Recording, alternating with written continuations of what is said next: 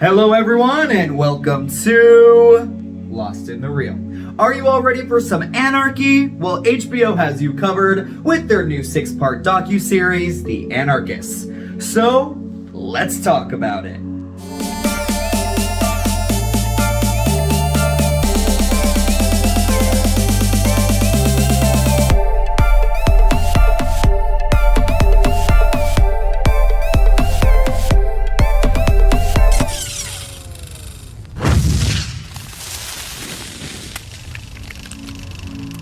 The Anarchist is directed by Todd Schrammke and produced by Blumhouse. And thank you to HBO for providing early screeners of the entire series for this review.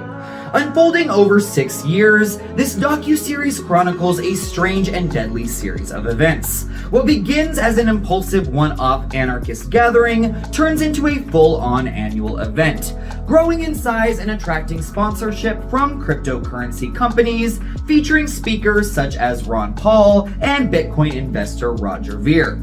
And when rule-avoidant freedom activists come together in one of the most dangerous cities in the world, utopian ideology collides with the unpredictability of human nature. Relationships are fractured, rivalries are forged, and ultimately, lives are lost. The Anarchist is less of a true crime docuseries than its trailers might suggest, although it does contain a horrific murder and the aftermath.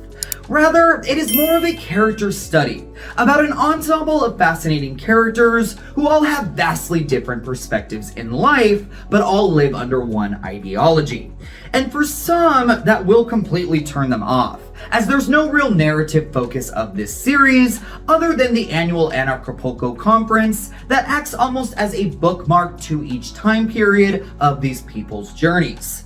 But for anyone who enjoys reading a good character-driven novel that slowly peels back the layers of its ensemble's psyches to reveal hidden truths about our own lives, then there is so much to love about The Anarchists. And luckily, director Todd Schrammke has assembled one hell of an eclectic cast of characters to hold our attention span for 6 hours.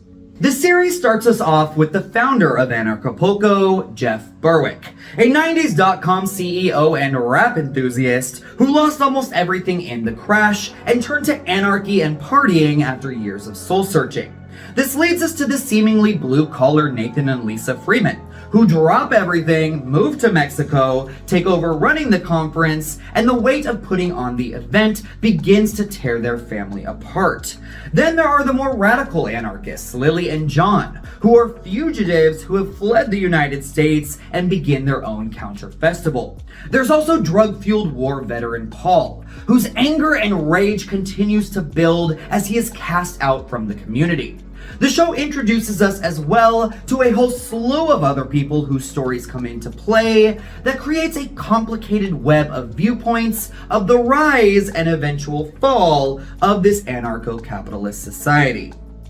In a time of such turmoil, darkness, and confusion in our own capitalist society, you can't help but think that there are many ideas and ideals of anarchism that sound refreshing, which makes this docuseries extremely relevant for this era in our lives, as you can see this movement growing from obscurity into something far more acknowledged, even during the 6 years since Schrammke started filming his documentary. The director does an exceptional job of being open to and understanding of anarchy, without ever showing an inkling of judgment when things start to unravel. Rather, he allows these people's journeys to run their course, letting the unfolding events and their aftermath open up a dialogue of the lessons that can be learned from all of it. Questions arise such as, can a society without a government exist without imploding on itself? Do the beliefs of men always fall apart when money and power are involved? Will racism continue to run rampant even in a society of like-minded idealists? What is the natural next step after utopia has been reached? Are freedom and liberty really attainable? Or are they just a fantasy that will never truly be able to exist because of the selfishness of human nature? There is so much to unpack after watching the 6 episodes of The Anarchists that it will undoubtedly spark great discussion afterwards. And that leads me to believe that this was a very rewarding experience as a whole. You could be watching it with a group of people, and every person will get something profoundly different out of it. Which to me means our director's 6 years of work has really paid off. Is this a perfect docuseries though? Absolutely not. It's extremely messy, and as I said prior, totally unfocused.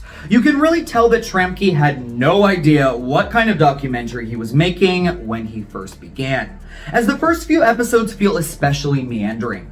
It's not until the murder takes place that the director seems to have found any kind of focal point for the Anarchists to really build off of and blossom in an organic way. The series jumps around so many different characters and plot points that it will surely make your head spin. One moment it's delving into the ins and outs of cryptocurrency, then we're getting childhood stories from one of our characters, and all of a sudden it's the next Anarchapulco, and we're following the event coordinator's struggle to put it together, and then all of a sudden we're right smack dab in a true crime show trying to solve a murder. It really is all over the place, and sometimes it feels as if it's complete chaos. But really, what more would you expect from a series about anarchy? So I will be giving The Anarchists 3.75 forks out of 5. Though in dire need of some editing finesse and a more focused narrative, this HBO docuseries works as an extremely absorbing and thought-provoking character study. It might not necessarily be the true crime show you were looking for, but you will certainly have a lot to ponder on afterward. Thank you so much for watching Lost in the Real. What were your thoughts on The Anarchists? Which story captivated you the most? And what existential questions were you left with? Sound off in the comment section down below. And until next time, my friends, take care.